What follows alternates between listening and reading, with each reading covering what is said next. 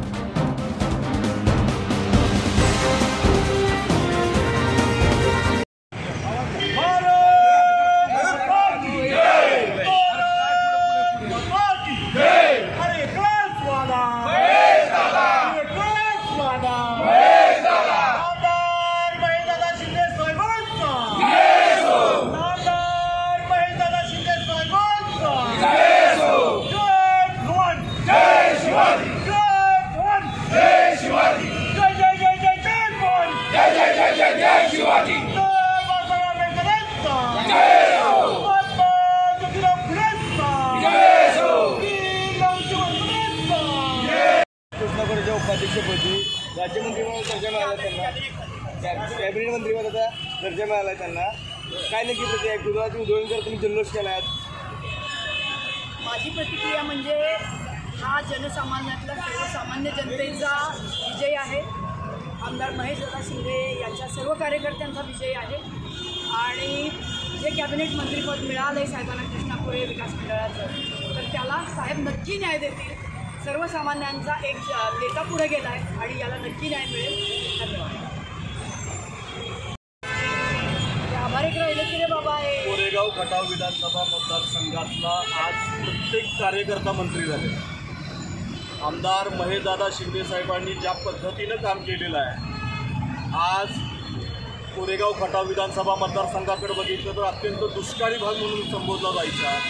पाण्यासाठी जी वणवण जी तडफड साहेबांनी केलेली आहे, म्हणून साहेबांची एक जलनायक म्हणून एक ओळख नव्या पिढीमध्ये एक निर्माण झालेली आहे आणि त्याचं फलित म्हणून आज या ठिकाणी साहेबांना जलसंपदा मंत्रिपदाचा या ठिकाणी उपाध्यक्षपद म्हणून त्यांना या ठिकाणी देण्यात आलेलं आहे। पाटबंधारे विभागाचं एक चांगल्या पद्धतीचा कॅबिनेट मंत्रिपदाचा दर्जा आज या ठिकाणी देऊन या कोरेगाव खटाव विधानसभा मतदारसंघातल्या सामान्यातल्या सामान्य माणसाला न्याय देण्याचं काम आज या ठिकाणी दिलेलं आहे।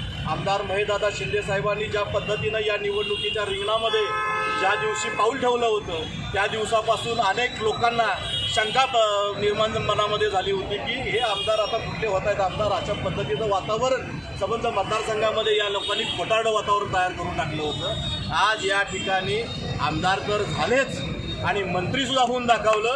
अशा पद्धतीनं एक चांगलं नेतृत्व आज या ठिकाणी या कोरेगाव खटाव विधानसभा मतदारसंघामधून संबंध महाराष्ट्रभर गाजणार आहे असं म्हणायला काही हरकत नाही। सामान्यातल्या सामान्य माणूस या ठिकाणी मंत्री झालेला आहे असंच या ठिकाणी आमदार महेशदादा शिंदेच्या वतीनं सांगण्यात येईल। धन्यवाद। मी साहेबांना मनापासून खूप खूप अभिनंदन साहेबांचं करतो आणि संपूर्ण मतदारसंघाचं अभिनंदन करतो। थांबतो। धन्यवाद। आपल्या तालुक्यातील जिल्ह्यातील बातम्या सर्वप्रथम पाहण्यासाठी आजच सातारा न्यूजला YouTube चॅनलवर सबस्क्राइब करा, लाईक करा, शेअर करा आणि बेल आयकॉन प्रेस करायला विसरू नका।